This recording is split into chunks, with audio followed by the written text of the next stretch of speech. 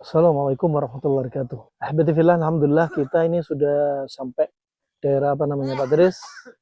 Di sini Kolaka. Udah masuk Kolaka ya? Udah masuk Kolaka. Nah, berapa kilo kita tadinya? Sekitar 1 jam lagi kita. 1 jam lagi ya? Masjid. Total 3,5 jam ya? Betul. Masya Allah.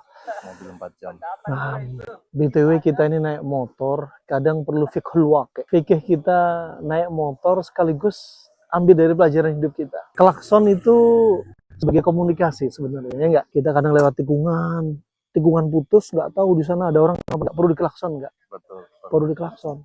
Kayak kita suami istri perlu ada komunikasi nggak? Perlu sama anak, sama orang tua, perlu komunikasi yang baik ya Bang nggak? Betul.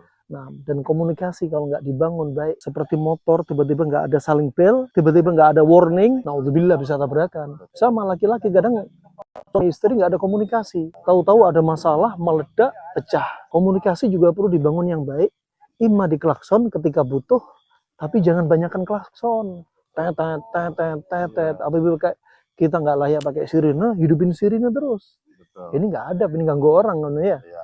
Apalagi ganggu orang di jalan lagi musafir, doanya orang musafir terbolimi, nggak ada hijab antara dia sama Allah. Teringat dengan hadis dengan firman Allah Subhanahu wa taala surat Luqman ayat 19, waqsid fi masyika waqdud min sautik inna ankaral aswat la sautul hamir.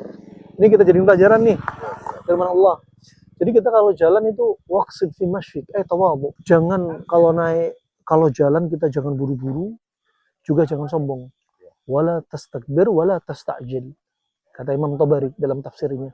Jadi jangan buru-buru, jangan sombong.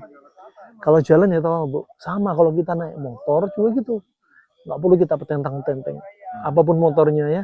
Katanya kalau orang mugi katanya sombong. Belum tentu orang mocil juga bisa sombong. Kembali kepada hati kita masing-masing. Ya kan? Kadang orang pakai mugi sesuai kebutuhan, jarak jauh, perjalanan panjang, ya kan? Yang butuh keamanan ya dan lain sebagainya lah, maka husnudon jangan suudon kendaraan mereka kayak apa, kembalinya kepada hati bukan kepada kendaraan, bukan kepada penampilan ya.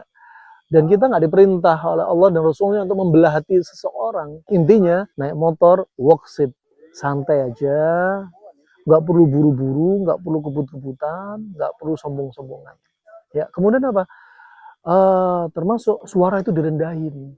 Kalau ngebel jangan keras-keras nunggu orang lah, terlalu sering ya. Kemudian sama kalau kita ngomong, ketika mau dakwah ngomong sama orang jangan diangkat suara kita ya. Bayangin Allah sampai berfirman inna angkaral aswat lasautul hamir, karena sesungguhnya suara yang paling dibenci itu suara keledai. Suara hewan yang paling sulit ditiru suaranya keledai. Nah makanya kita jangan kayak keledai di jalan bermain-mainan bel. Kalau ngobrol sama teman, sama orang tua, sama istri teriak-teriak, sama anak teriak-teriak, ya Allah. Makanya Islam mengajarkan adab yang sangat mulia, Pak Dres ya.